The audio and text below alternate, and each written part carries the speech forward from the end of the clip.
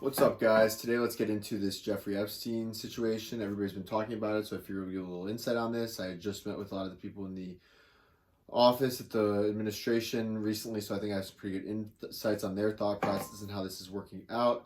First of all, this is a terrible situation. We all understand that, and there was a lot of really weird people involved here.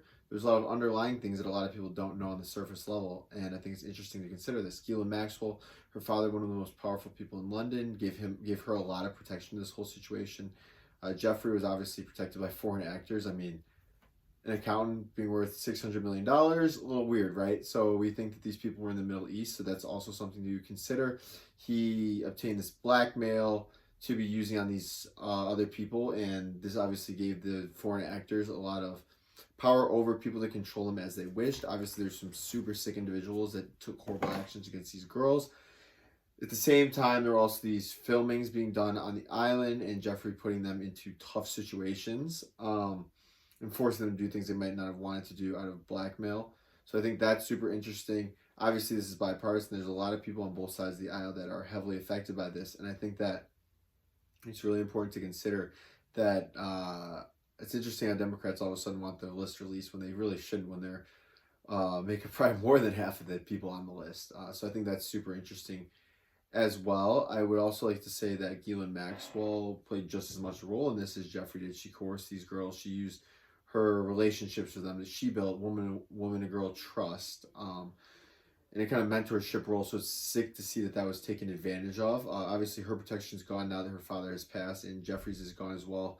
I think it's also interesting to consider with Trump in this situation, and I learned this from talking to some of the people at the White House, was that there's a multitude of factors that would lead to them not wanting to drop this right now. First, they have much more pressing issues, right? You got tariffs, national security, Middle East conflict. There's so many other things that should be taking precedent over this, and I think that that's smart, and I think the Republican Party needs to really lock in on other things and not focus on this. This is obviously super important, but not as important as some of the more pressing issues.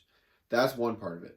The other part is that in 2007, when they did a sweep, there was a lot of self-incriminating evidence that they purposely didn't take when they did the sweep. It was a state in Palm Beach. The FBI didn't take things that they should have. They barely took anything, and a lot of the evidence was stored there, right? A lot of the blackmail, because obviously Jeffrey kept a good paper trail, which is also, which we'll get to later, is why I don't think he killed himself, obviously, was he had too much to spread, right?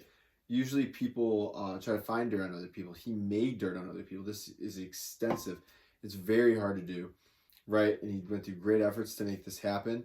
I don't think he's just going to kill himself with all of his information that he knew about everybody out there. Many people wanted him dead, the most powerful people in the world.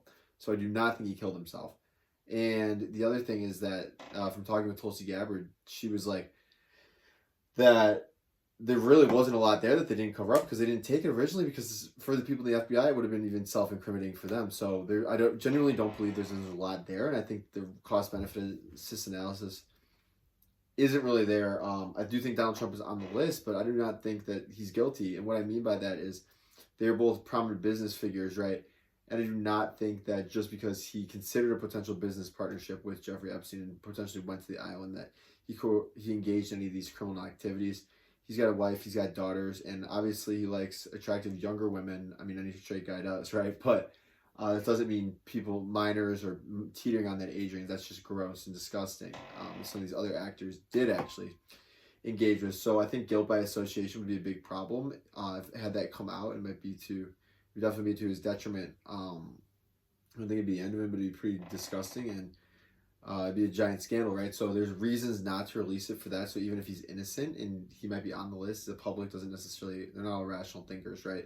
So it's super important to consider that as well with releasing this information. So they've got more pressing issues. It makes sense that there's not a lot there, so why waste their time? I don't get why they teased it in the first place. I think there might be a little inner turmoil or conflict going on. I don't think that was a good strategic move by them to even hint at releasing any of these files when they knew ahead of time that there wasn't a lot there. So I don't understand that. Obviously, prayers go out to the victims of this whole situation. I hope the list does come out.